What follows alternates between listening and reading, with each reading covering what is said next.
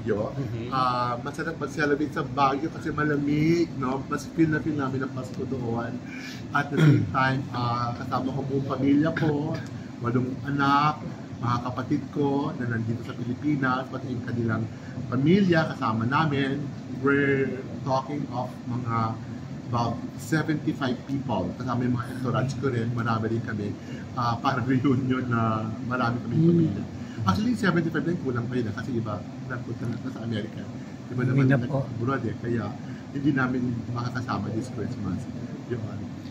Pero kung tutuusin siguro sama-sama kami, baka nasa 100 kami basically. Kami. Hanggang New Year, Sir John? Babalik ako ng 27 kasi may grand Christmas party kami sa 29 dito sa Winford. So dito ako mag-celebrate ng New Year dito sa bahay. Yun. Kasi honestly, na-miss ko yung mga putukan. Sabi nila yung mga putukan na huli. Kaya sabi ko kasi, ganoon ako lumaki. Yung New Year na maraming putukan, kasi kahit ako dati pag nagmaneho ako yung kotse ko, nalagyan ko ng lata habang namutulog. Gusto ko makita ng anak ko yung gano'n. Hindi ka may kaldero ka dyan na pinupukpok ng buong bahay. Gusto ko makita na gano'n ang Filipinas talaga kung paano mag-celebrate ng New Year. Tapos sa labas yung mga napuputukan dyan. Ibang-iba dito sa Pilipinas talaga. Mas masaya. Masaya, super saya ng Pilipinas. Sir, bilang may-ari ng isang product, may mga ambassador, question lang po. Pag halimbawa ang ambassador mo may skandalo, ano ba, liligwakin mo rin or hayaan mo magkaroon ng second chance dahil lahat naman nagkakamali? Well, pag nagkakamali sila, ang nire-refer namin sa legal namin, no, para maayos mabuti. Yung legal namin ang kumakausap kasi basically meron namang kontrata. Yes. Kung nakalagay sa kontrata yung ganung bagay, we just have to follow. Pero sa akin, kung lalong sadya at hindi talaga maganda ang character niya, para sa akin, liligwakin siya. No? Kasi kailangan isang model siya no? Model siya ng pamilya niya, model siya ng mga kaibigan niya, model siya ng society, model siya ng lahat, ng produkto, kaya dapat magbigay siya talaga ng tamang halimbawa.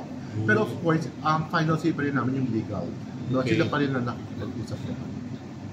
Pero kung ako tatanungin mo, pagka lalo kung sadya yung pagkakamali niya at may bad character siya, bad personality, for me, kailangan siyang ligwakin.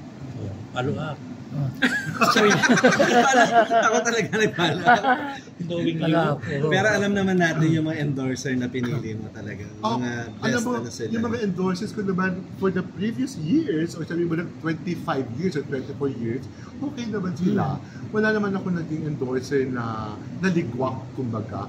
Yung gano'n, maayos lahat sila na nakuha namin. Awan ng Diyos. May Vice po ba?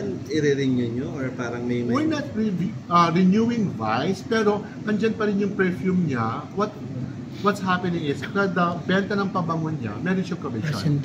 So meron siyang check. Pero pagka bumibenta pa rin yung produkto nila, binibigay namin sa kanila. So ano pa rin, kumbaga nandiyan pa din po yung mga... commission basis. Commission basis na rin. Kada benta ng bote. And we're open naman, they can also check na talaga, yun talaga yung benta. Yung benta talaga sa audit, we're open to that. Okay po, thank Thank you po.